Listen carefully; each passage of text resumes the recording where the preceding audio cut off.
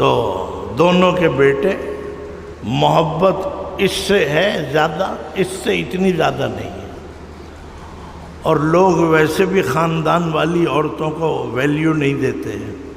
حالانکہ یہ پتہ ہونا چاہیے کہ خاندان والی جو بیوی ہوتی ہے، بیوی نام لمبے لمبے بال والی کا نہیں ہے،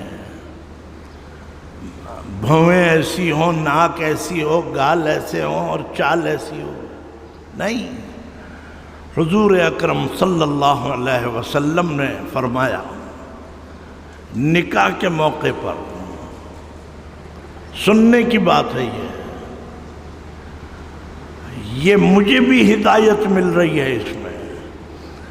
حضور اکرم صلی اللہ علیہ وسلم نکاح پڑھا رہے ہیں کسی کا بھی، تو اس میں قرآن شریف کی آیتیں بھی پڑھی جاتی ہیں، حدیث بھی پڑھی جاتی ہے۔ جیسے ہمارا طریقہ ہے النکاح من سنتی، یہ پڑھا جاتا ہے، اور فمن رغب عن سنتی فلیس منی۔ مختلف علماء مختلف حدیثیں پڑھتے ہیں اور نکاح ہو جاتا ہے۔ برکت کے لیے ضروری ہے کہ تلاوت بھی ہو، حدیث بھی ہو۔ تو حضور اکرم صلی اللہ علیہ وسلم نے غالباً نکاح کے موقع پہ پڑھی، بہت سے ہمارے حضرات بھی پڑھتے ہیں، اور وہ یہ ہے، آپ نے نکاح کے موقع پہ یہ حدیث پڑھی، فرمایا کہ الدنیا کلھا متاع۔ سننے کی بات ہے یہ، جس کا مطلب یہ ہے کہ اللہ تعالیٰ نے دنیا کو پیدا کیا، دنیا کا خالق ہے، دنیا اور آخرت دونوں کا خالق اللہ ہے۔ یہ تشریح میں کر رہا ہوں۔ حضور اکرم صلی اللہ علیہ وسلم فرماتے ہیں کہ الدنیا کلھا متاع، ساری کی ساری دنیا جو ہے یہ سب ساز و سامان کا نام ہے۔ گھر، گاڑی، گھڑی، یہ گھڑی یہاں رکھی ہے، چشمہ، کپڑے، کھانا پینا، یہ سارے ساز و سامان نہیں ہیں۔ ساز و سامان کا نام ہے دنیا، اور اس میں کسی کو انکار نہیں ہے۔ سب کہتے ہیں ہاں جی صحیح بات، سبحان اللہ، کیا بات فرمائی ہے اللہ تعالی، ہم سب کی اصلاح بھی فرما دے، ہدایت بھی فرما دے۔ فرمایا کہ الدنیا کلھا متاع وخیر متاع الدنیا، سبحان اللہ، دنیا ساری کی ساری مال و متاع اور ساز و سامان کا نام ہے، اور دنیا کا سب سے بہترین سامان کیا ہے؟ المرأۃ الصالحہ، نیک عورت۔ لیجیے، اور زبان نبوت سے بات نکلتی ہے تو پھر یہ شعر میں سنا دوں۔ فرمایا کہ برسوں فلاسفی کی چنا اور چنی رہی، برسوں فلاسفی کی چنا اور چنی رہی، لیکن خدا کی بات جہاں تھی وہیں رہی۔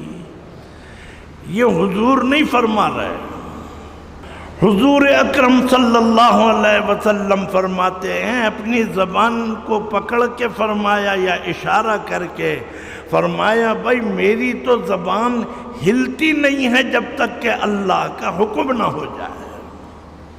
اللہ نے ایسا آپ کی زبان کو قابو میں رکھا ہوا ہے، چلیں جی بولیں، بول رہے ہیں، اپنی طرف سے نہیں ہے۔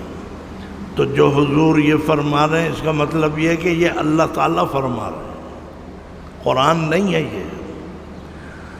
فرمایا کہ دنیا ساز و سامان کا نام ہے، سب کان کھول کے سن لینا، مردوں کو کم از کم سننا چاہیے کہ سب سے بہترین سامان دنیا کا نیک عورت۔ نیک عورت کا ہے، یہ نہیں کہا کہ جو گوری اور چٹی عورت ہو، جو موٹی اور تازی عورت ہو، جس کے بال لمبے ہوں، جس کی آنکھیں ایسی ہوں، جس کے جسم کی بناوٹ ایسی ہے، نہیں۔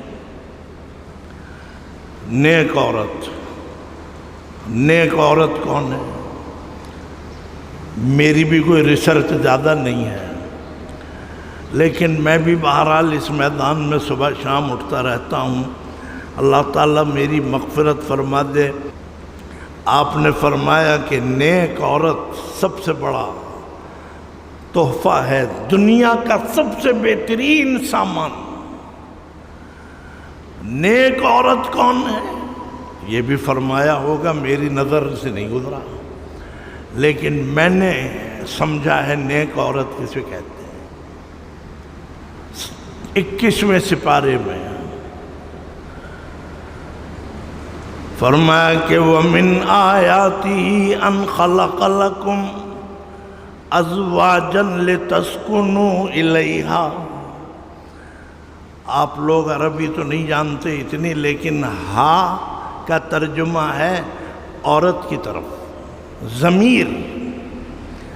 جیسے آپ نام لیتے ہیں مرد کا تو ہم کہتے ہیں کہ حضرت علی، حضرت ابو بکر صدیق رضی اللہ تعالی عنہ، اور جب ان کی صاحبزادی کا نام عورت ہے، وہ جب ان کا نام لیں گے تو کیا کہیں گے؟ حضرت عائشہ صدیقہ رضی اللہ تعالی عنہا ہی نہیں ہے۔ مرد ہے تو رضی اللہ عنہ، اور عورت ہے تو رضی اللہ تعالی عنہا۔ یہ میں نے آپ کو بتا دیا، قرآن کریم کی یہ آیت میرے دل میں بیٹھ گئی۔ میں نے کہا بھئی یہ ہے نیک عورت۔ فرمایا کہ وَمِنْ آيَاتِهِ أَنْ خَلَقَ لَكُمْ، ترجمہ 21ویں سپارے میں ہے۔ اللہ تعالیٰ اپنی نعمتیں گنوا رہے ہیں کہ میری نشانیاں، میری نعمتیں، میری علامتیں، میں نے یہ کیا، میں نے یہ دیا، میری ایک نعمت یہ ہے، میری ایک نشانی یہ ہے۔ نشانی ہو یا علامت یا انعام ہو، یہ ہے۔ فرمایا کہ میری نشانیوں اور میری آیات اور میری نعمتوں میں ایک یہ بھی ہے، اے اہل ایمان سن لو، وَمِنْ آيَاتِهِ أَنْ خَلَقَ لَكُمْ أَزْوَاجًا، یہ بھی ہے کہ میں نے تمہارے لیے عورتیں پیدا کی، بیویاں بنائیں۔ ازواج بیویاں ہی مراد ہیں۔ ظاہر ہے کہ یہ کہا جائے گا بھئی یہ بیوی، اسی لیے زوج کے معنی ہیں، اگر مرد ہے تو شوہر، عورت ہے تو بیوی، زوجہ۔ فرمایا کہ وَمِنْ آيَاتِهِ أَنْ خَلَقَ لَكُمْ أَزْوَاجًا لِتَسْكُنُوا إِلَيْهَا، ہم نے تمہارے لیے عورتیں پیدا کی، عورتیں بنائیں، یعنی بیویاں بنائیں۔ کس لیے بنائیں؟ یہ میں نے غور کیا ہے۔ میں یہ نہیں کہہ رہا کہ بس میں نے بہت کچھ سمجھا دیا، اب کسی سے مت پوچھنا، بھرا پڑا ہے قرآن، حدیثیں، میرا علم اتنا نہیں ہے۔ فرمایا کہ ایک نعمت یہ بھی ہے کہ تمہارے لیے بیویاں بنائیں، بیویوں کے لیے شوہر بنائے، وہ کہیں اور ذکر ہوگا، لیکن یہاں تو مردوں سے خطاب ہے۔ ان خلق لکم ازواجا لتسکنوا الیہا، تمہارے لیے بیویاں بنائیں تاکہ تم ان سے سکون حاصل کرو۔ الیہا، اس کے طرف، اس کے پاس، اس کے ذریعے۔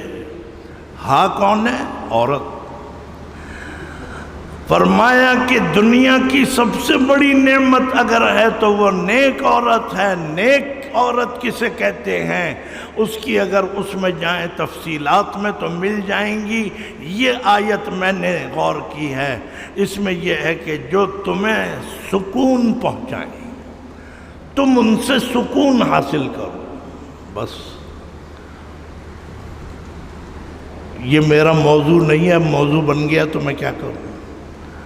سکون، اچھا جی کھانا پکنے میں دیر ہو گئی، تکلیف تو ہوئی، بھئی کھانا نہیں پکا ابھی تک۔ اچھا جی نمک کم پڑ گیا، تکلیف تو ہوئی، یہ اتنا بد مزہ، یہ چیزیں تو ہوتی رہتی ہیں، کوئی نہ کوئی اونچ نیچ ہوتی رہتی ہے، کچھ اس نے آپ کو بے آرام کیا، کچھ آپ بھی کرتے ہوں گے۔